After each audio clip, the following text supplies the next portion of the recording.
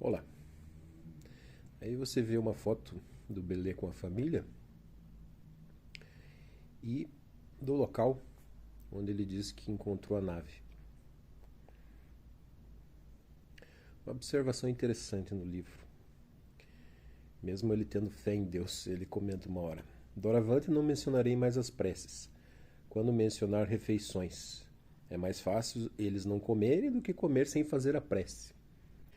Eu havia participado de 2 refeições e agora, ainda com o sol alto, falar-me de mais uma era mesmo de perder a linha. Perguntei-lhe então: Mas quantas refeições são feitas aqui em Acarte durante o dia? 5, respondeu ele ainda sem compreender-me. 5? Mas como? Bem, vamos descer, depois eu lhe explico certas coisas. Nós, acartianos, já há vários anos estamos realizando excursões a outros planetas. Excursões essas que ultimamente vêm se concentrando quase que totalmente sobre a Terra. Com que objetivo? Nisto vários motivos. O senhor poderia enumerá-los? Sim, em parte talvez. Mas para que você possa compreender melhor, vou antes pô-lo a par das diferenças de muitas coisas daqui em relação à Terra. Coisas estas que nós, acartianos, há pouco descobrimos. Preste atenção, bem atenção, disse McCork. Assim como vocês lá na Terra, nós aqui também temos os anos que são divididos por meses. Meses por semanas, por dias, dias por horas, etc. Mas aqui é assim. Um ano acartiano, com exceção de cada 6 anos, que tem um com 353 dias, dividido por 11 meses de 352 dias, sendo que o primeiro a não ser em cada 6 com 32 dias. Os meses divididos por semanas de 33 dias, divididos por 5 dias, e dias de 6 horas. Quando ele falou em dias de 6 horas, eu explodi dizendo: Mas como assim? Parece que já faz uma eternidade que estou aqui em Acarte, já fizemos 3 refeições e com o sol ainda alto, e o senhor me diz que os dias daqui só tem 6 horas? Ele riu, e de aba despregada da minha confusão, por fim disse: É lógico que lhe pareça estranho, mas é que estou me referindo a anos, meses, semanas, dias, horas de Acarte. Agora vou lhe fazer uma comparação de Acarte em relação à Terra e verá a diferença. Um ano acartiano equivale a 676 dias da Terra. Um mês de Acarte equivale a 61 dias e 8 horas da Terra. Uma semana acartiana a 9 dias e 14 horas da Terra. Uma hora em Acarte equivale a 7 horas e 40 minutos da Terra. Nas horas, existem outras divisões, mas por ser inteiramente impossível explicar-lhe, ocorreu-me que, para melhor entendimento entre nós, digamos que são divididas por décimos e centésimos. Mas por que Acarte, apesar de ter menos dias, tanto nos anos como nos meses, esses são mais longos do que os da Terra? É porque Acarte gira mais lento, tanto em torno de si como do Sol. E os meses e semanas daqui porque não são 12 ao invés de 11. E as semanas 5 dias ao invés de 7, como na Terra. Com referência aos meses, é uma questão astrológica de difícil explicação. Com referência às semanas, dá-se o mesmo, e creio não ser interessante explicar-lhe, porque quanto mais colocá-lo a par, mais confundido ficará. Agora compreende por que fazemos tantas refeições durante um dia aqui? Sim, agora começa a compreender. Muito bem. Agora vamos à pergunta referente à sua vinda para cá. Conforme já disse, nós estamos em contato com a Terra, com diversos objetivos. Dessa vez o objetivo foi: estamos atrasados e muito em relação a vocês num terreno. Do pão. Do pão? Sim, do pão. É muito simples. O que podemos chamar de trigo não dá como o de vocês. O nosso dá em árvores. Apesar de produzir em abundância, não resolve problemas, porque dá uma massa escura e não muito gostosa, como certamente você mesmo constatou. E de acordo com o que conseguimos apurar, o vosso dá um fino manjar. Foi com o fim de observar o seu cultivo que enviamos uma nave solar, Clolex, com uma equipe de homens para ver como era plantado e recolher uma porção de terra com a semente do vosso trigo e trazer para Cartes, para posteriores experiências. Estavam eles executando esse trabalho quando você apareceu, já que a ordem é não matar ou ferir qualquer terrícola. Ao lhe verem, apontaram as pistolas solares com baixa voltagem, que somente lhe fez perder os sentidos e cair por terra. Preparavam-se para partir e deixá-lo ali, pois dentro de poucas horas você recobraria os sentidos e seguiria seu destino. Foi nesse instante que seguiu-se uma ideia, a pior ideia que podia surgir na cabeça de um acartiano. O comandante da nave, julgando um plantador de trigo, sugeriu que o trouxesse para cultivar o cereal aqui. Seus subordinados não viram com bons olhos a ideia, mas, não querendo contrariá-lo, concordaram. Introduziram-no na nave, deram-lhe narcótico suficientemente forte para fazê-lo dormir durante toda a viagem e não sentir a transformação de peso nas passagens das zonas neutras. Quantas horas são gastas em uma viagem daqui à Terra? 36 e 38 horas terrícolas. 36 horas? Quantos quilômetros há daqui à Terra, então? Aproximadamente 65 milhões nessa época. Santo Deus! Mas será que vou empreender uma viagem dessa somente por minha causa? Respondi com o suor já escorrendo da testa. Não se impressione, já lhe disse que o levaremos de volta. Aquele que o trouxe para cá já está pagando pela desobediência cometida. E você voltará. Como o senhor sabe falar a língua alemã? Por acaso existe aqui em seu planeta um país que fale esse idioma? Não. Aqui não existe, e quero lhe dizer mais, aqui não há mais países. A Carte já há muito que é um país único. Há aproximadamente 100 anos, dos terrícolas. A Carte era dividida em centenas de países, mas com a compreensão mútua dos povos foram abolidas as fronteiras. Terminaram as guerras e juntamente progredimos, como o senhor verá. Quanto eu saber falar alemão, custou-me, e a mais uns colegas, muito tempo para conseguir isso. Requereu de nós muita paciência e inteligência. Periodicamente fazíamos uma viagem à terra e nos países visados fotografávamos tudo quanto eram letreiros, pois temos aparelhos com os quais se pode tirar uma foto da cabeça de um prego a 200 km de distância. Captamos todos os programas de rádio e televisão, gravamos todas as radiofonias e assim trouxemos várias toneladas de material que depois aqui era estudado e comparado. Dessa forma, em menos de 10 anos dos terrícolas, conseguimos o nosso objetivo, como você pode ver. Mas conseguiram somente a língua alemã? Não. Esta é a que eu mais me dediquei, mas outros da equipe se interessaram por outras e já conseguiram. O russo, inglês e espanhol. Mas como é que conseguiu tudo isso sem serem descobertos, pelo menos que eu saiba, na Terra? É que nós temos um aparelho chamado neutralizador da visão. É um aparelho que, em certas circunstâncias, pomos em funcionamento ao redor da nave ou de nós, e com isso ninguém pode ver a nave ou qualquer movimento nosso. Além disso, procuramos agir sempre de maneira a não deixar o menor vestígio em terrenos menos guarnecidos. A não ser nos casos de fotografar o que nos interessava, agíamos sempre à noite. Mesmo assim, já nos vimos a braços com o problema de sermos descobertos, mas, com os neutralizadores e nossos meios de nos deslocarmos de uma parte a outra com muita rapidez, conseguimos sair sem problemas. Mas por que todo o interesse em aprender os idiomas dos povos da Terra? Suponho que os acartianos projetam para o futuro uma invasão. Não seria isso? Não se trata exatamente disso. Houve um ruído no tal telefone, assim chamado por ele. A Cork interrompeu nossa conversa e a ele se dirigiu.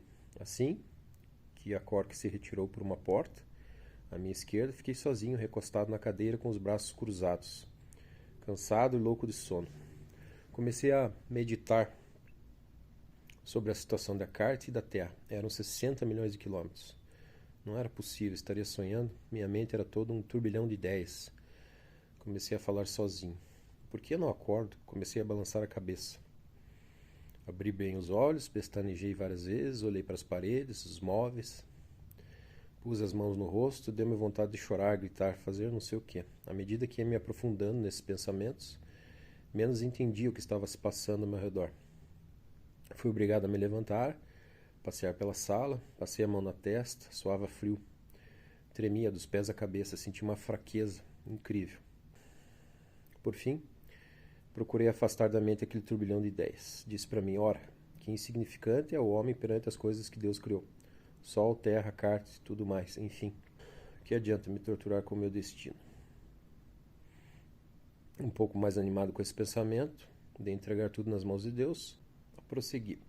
Continuei a andar, de um lado para o outro, mas já mais calmo. A porta se abriu. E entrou a Cork acompanhado de seu filho.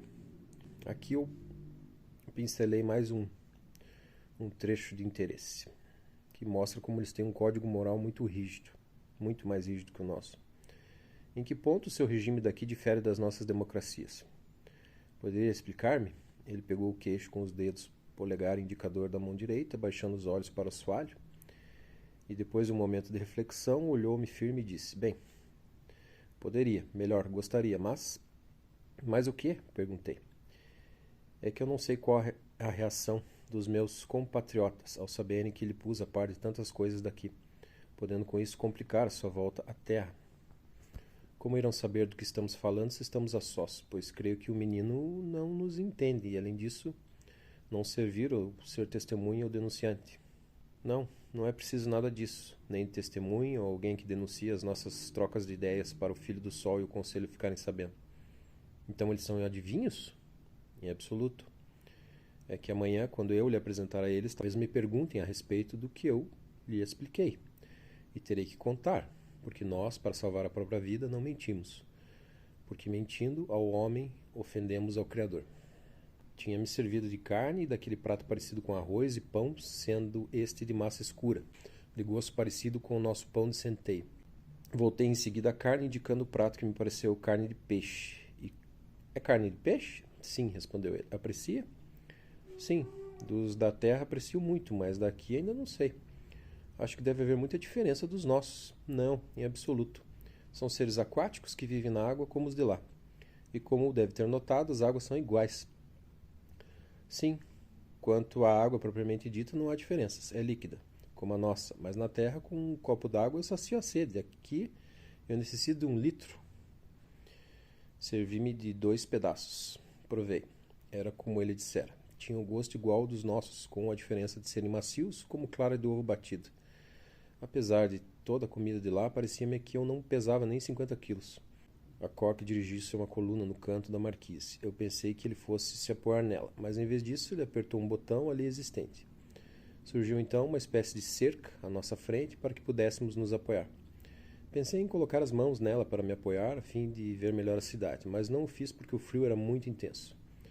Procurei resguardar as mãos e o rosto o mais possível, e ao sair, pôr os olhos na cidade, fiquei encantado, mudo, surdo, já que o espetáculo que vi à minha frente era por demais maravilhoso e assustador ao mesmo tempo. O que havia visto deixava-me muitas vezes de boca aberta, porém agora batia todos os recordes. A cidade, que havia sobrevoado de dia, majestosa e linda, agora parecia toda em chamas, e o fogo que parecia estar consumindo era de diversas cores. Com grande esforço consegui recuperar a voz. Então perguntei, mas o que é isso? O que está acontecendo com as casas? Nada, disse ele. Mas esse fogo nelas provém das paredes, ora. Sim, compreendo, mas não estão queimando? Não. É o mesmo resplendor que você viu de dia. Uma casa recém-pintada, com os raios solares, é obrigada a brilhar, mas agora não há sol. Eu lhe garanto que não há nada de anormal. O material com que são feitas, que emite esse resplendor, logicamente é diferente de dia e de noite. Que maravilha! Inacreditável! Todas as casas, grandes ou pequenas, pareciam que eram feitas de ferro incandescente, brilhavam como uma lâmpada. Sua luz, porém, não resplandecia além de 2 ou 3 metros. Dentro desse espaço via-se tudo nitidamente. As janelas, letreiros, tudo enfim com a luz refletia as paredes.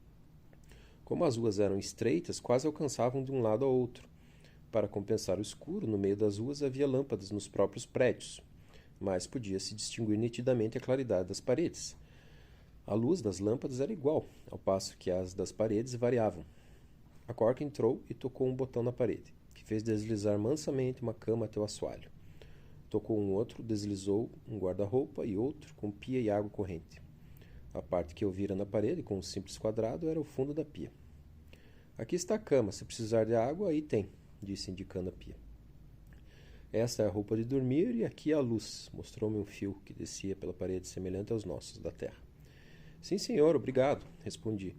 Se precisar de alguma coisa, à noite, toque aqui. Indicou-me um botão perto da porta. E bom repouso. Imagine-se noutro planeta onde não tem nenhum familiar ou amigo próximo. Tudo é semelhante, mas é diferente. Estranho, surpreendente, mais avançado. Passei a mão na minha roupa e, com os olhos fixos nela, sentei na cama. Apoderou-se de mim uma tristeza, uma saudade da terra. Quase chorei. Teria sido muito melhor que a tivessem posto em outro lugar, para que eu não a encontrasse ainda mais àquela hora. Há várias horas que eu não via mais nada que se relacionasse com a terra, a não ser meu próprio corpo. Se a Cork soubesse o mal que me causou ao pôr minha roupa ali, com o bom coração que tinha, não o teria feito. Agarrei minha roupa, apertei contra o peito, como se fosse tudo o que eu tinha de mais grato na terra. Mãe, pai, esposa, filhos, irmãos. tudo que estava ali refletido em minha roupa. Não é possível que afundei o rosto nela, só eu e você. Somos os desaventurados de estar tão longe de onde nascemos. Oh, que tristeza, balbuciei. Então, notem que o impacto é profundo, mesmo em relação a contactados, né? O ser humano, ele tem um apego muito grande a afetos, a vida que tem aqui. E esse é um dos desafios, né, para as personalidades que vão enfrentar o espaço. Terão que ser personalidades muito específicas, próprias para viajar, né, longas distâncias, às vezes até abandonar seus entes queridos para não retornar mais, como tem sido dito sobre Marte, né? Nesse início de exploração espacial, ainda não estamos engatinhando, né? Quem poderia supor que fosse verdade o que a Quark afirmava de me trazerem de volta à Terra e que os acartianos tivessem tamanha bondade para com um mísero terrícola, de empreender uma viagem interplanetária de uns 60 milhões de quilômetros só para me levarem de volta. Tudo isso me vinha à mente naquela hora com a solidão, o silêncio. Em Akart não havia bondes, trens, automóveis, nada que fizesse barulho naquela hora da noite. O silêncio era comparável a uma cidade pronta para a guerra. Passado algum tempo naquele estado, fui até a pia, lavei o rosto com água fria, molhei os braços, fiz um esforço enorme para me controlar um pouco. Talvez ele fosse um pouco ansioso também. Não sei se compreenderão minha descrição do calçado. Talvez se eu fizesse um molde. Enfim, era mais ou menos assim. Na parte da frente, onde os nossos têm um bico fino, que quando novo aperta os dedos uns contra os outros, esse era largo, com os lugares certos para cada dedo. No comprimento, pareceu-me que 2 números de diferença não importavam, porque na metade tinha molas dentro do solado. Este, nessa parte, era como uma folha de gaita, com uma palmilha por dentro que não deixava a gente sentir nada, nem as molas e nem o fole. O salto era de material parecido com couro e cedia, a meu ver, mais que 1,5 centímetros. Tinha umas molas muito resistentes e fininhas por dentro. Esse conjunto tornou o calçado uma maravilha para usar. Após o exame, coloquei-o no assoalho e deitei na cama. Segurei a camisa numa mão e disse: poxa, com todos esses babados e franjas dá para segurar 25 nenéns babões nos braços, pois há lugar para todos babarem à vontade. Enfim, aqui de certo é a moda, e disse um provérbio terrícola. O que é a moda não incomoda, e fui tratando de me vestir. Arrumei bem a camisa, as calças, fechei mais ou menos 1,5 m de zíper que tinha por outros lados, e estava pronto, o Marquês da Atrapalhada. Aquele já tinha acordado, né, no dia seguinte. Quase ia me esquecendo do sapato. Abaixei-me e peguei um pé. Olhei-o de novo e comecei a rir. Estava até confortável demais, mas por outro lado parecia um sapato de palhaço, com aquele bico largo. Peguei o outro e calcei. Senti uma súbita alegria quando constatei que já era dia. A sala estava apagada e vi pelas janelas da frente, só via a da frente, a luz do sol batendo nas paredes dos prédios fronteiros. Olhei para fora. Lá estava a cidade linda e majestosa. E abri a porta quando me lembrei que na certa ainda deveria ser frio lá fora. Retrocedi pela sala, que se achava em silêncio. Não sabia onde se encontravam a Quark e a família, pois na certa não estavam mais dormindo. Encontrei o sobretudo, vestiu e fui até a porta. Apoiei os cotovelos na cerca do patamar. Não sei por que a Quark a deixara ali. Assim, meio inclinado, fiquei contemplando a cidade. Para o lado que eu olhasse, tinha com que me satisfazer. Um prédio era mais lindo do que o outro. O sol se encontrava bem abaixo no horizonte, prometendo um dia lindo, como o anterior, sem uma nuvem no céu. A luz do sol projetava-se contra as paredes e produzia um brilho multicolor. Eu murmurava baixinho: assim deve ser o céu. Não duvido que seja aqui mesmo o céu, e essa gente sejam os que morreram durante séculos na terra e vieram ressuscitar aqui. Já se notava o movimento de veículos pelo ar e de gente pelas ruas. Comecei a observá-los. Parecia que ninguém tinha pressa. Também, gente como essa, para que correr? Tinham tudo que se possa imaginar e precisar na vida. Comparei-os a nós aqui na Terra. Nós sim precisamos correr, mas não para amontoar riquezas, pregar falsidade, intrigas, desuniões. Correr unidos para desvendar essas belas e boas coisas que Deus nos deixou para nos servir delas. Quantas coisas belas e úteis que existem por esse infinito afora. Mas Deus não vai pegar um bando de loucos e avarentos pelas mãos e conduzi-los a essas coisas. Não, nunca foi assim. Ele dotou o homem de uma inteligência. Estava ali me deliciando em contemplar a cidade, fazer conjecturas, quando ouvi um leve barulho atrás de mim. Era Cork. Que horas são? Ele olhou o relógio e respondeu: 1/10 da primeira hora do dia. Eu achava graça cada vez que ele me dizia as horas. Isso é importante. Penso que conforme as minhas respostas me reterão aqui para sempre. Não creio que isto lhe suceda, porque os que optam pela inconveniência do seu regresso são poucos. Aqui eles estavam nos conselhos, aguardando o filho do sol e os conselheiros. Então, há alguns que pensam dessa forma? Meu Deus, sim. Por isso é bom que lhes responda às perguntas, porque assim se convencerão de que não há perigo algum em sua volta à Terra. Logo, não havia consenso sobre a possibilidade de retorno, o que significava que existe um código a ser respeitado de, primeiro, jamais capturar um humano, e o segundo, de que eles não podem se expor a nós, que é uma dedução minha, né? E aqui um recado para o Brasil, especialmente, nos diz Belê. De repente, abriu-se a porta, à nossa direita entrou um cortejo de 9 pessoas. Todos se levantaram, inclusive eu. Seguiram até a mesa grande e sentaram nas cadeiras, de espaldar alto. Espaldar é o encosto da cadeira. O quinto homem do cortejo, julguei, é o filho do sol. Uma vez sentados, o do centro fez um sinal com a mão e todos sentaram. Eu, estourando de curiosidade, perguntei: aquele senhor no centro é o filho do sol? Sim. Seu tipo é de homem bom de coração. Pelo que aparenta, não é desses que se valem da posição de oprimir os outros, justamente. E digo mais, aqui somos todos ou procuramos ser compreensivos para com tudo e todos. Foi escolhido por milhões por ser um dos mais compreensivos. E se ocupa a posição que ocupa é para fazer justiça com a própria lei que o elevou a este cargo. Então, eles justamente selecionam seus políticos pelo espírito de brandura, tolerância. Assim eles evitam autocratas, né? Escolhem os melhores. Ou conforme a personalidade. Ou aquele cujo exemplo lhe qualifica. Exemplo de vida, né? Isso tem em outros livros também. Eu quero resenhar o livro de Antônio Rossi, que na minha opinião é a história mais interessante de um contactado que há publicada. E lá consta essa questão de escolha, como eles fazem as escolhas dos políticos, dos representantes. E a sabedoria, a experiência são 2 fatores cruciais. Nada de eleger no escuro alguém. Muito menos pessoas muito jovens, que não têm experiência de vida. Outro momento interessante no interrogatório.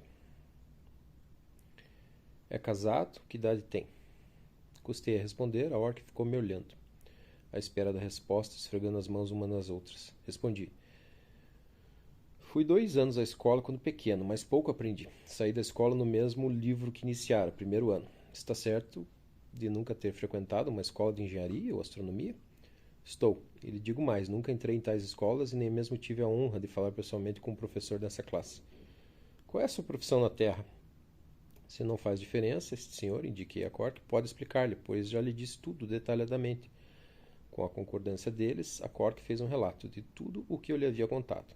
Minha idade, nacionalidade, estado civil, profissão e tudo mais. Eles estavam avaliando, né, se ele poderia retornar. Se ele tivesse um conhecimento astronômico mais profundo, poderia localizar a Carte. E isso não era autorizado. Devem estar, presumo eu, em algumas das constelações que nós, humanos, já conhecemos. Por isso a preocupação. O que é que os terrícolas sabem a respeito de nossas naves solares? Aparentemente muito pouco, ou quase nada. Eles já viram alguns discos voadores, mas, ele comenta, não há muita descrença a respeito, né?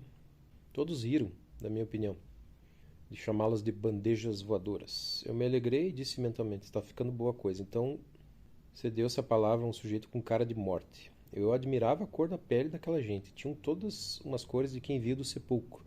Um branco muito pálido, tanto homens como mulheres. Outro trecho interessante. A Cork, esse excepcional homem, Eu o admirava cada vez mais por sua inteligência, pensando que ele escutava somente a mim, mas não, ele escutava simultaneamente a mim e ao debate do conselho. Isso ficou comprovado para mim quando, de repente, ele se levantou, interpelado que foi pelo filho do sol, cortando nossa conversa de repente. Isso demonstra, eu coloquei esse trecho aqui, porque demonstra a atenção multifocal. Isso também já foi relatado por alguns abduzidos e, enfim, pessoas que tiveram contato com algumas raças alienígenas. A capacidade de se concentrar simultaneamente. Deve haver a hipótese que há uma subdivisão no cérebro, né, que permite isso. Dois processadores, como nós temos nos nossos computadores, né? Se porventura nós precisamos de alguém na Terra, acho que podemos contar com a colaboração, principalmente a sua? Eu lhes digo que se me reconduzirem à Terra, eu lhes serei eternamente grato.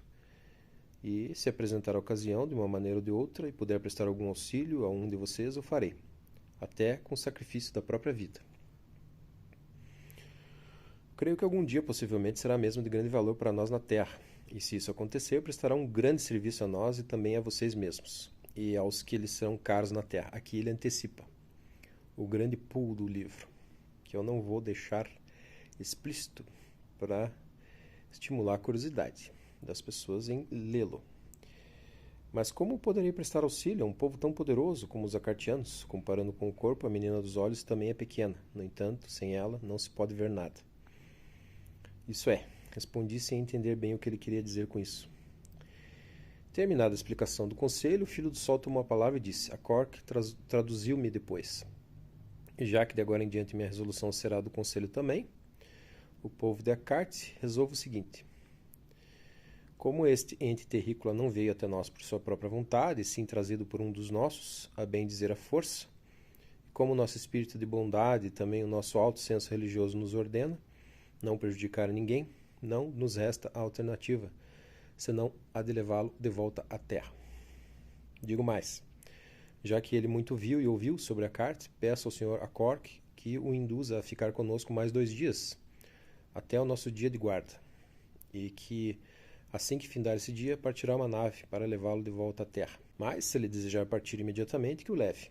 Se ele concordar em ficar até depois do dia da guarda, ordeno ao Sr. Acork acompanhá-lo e mostrar tudo o que possuímos, e até mesmo contar-lhe todo o nosso plano com respeito à Terra. Assim ele compreenderá que o melhor é ter-nos como amigos. Eu notei mesmo que Acork ficara meio surpreso a certa altura da fala do Filho do Sol.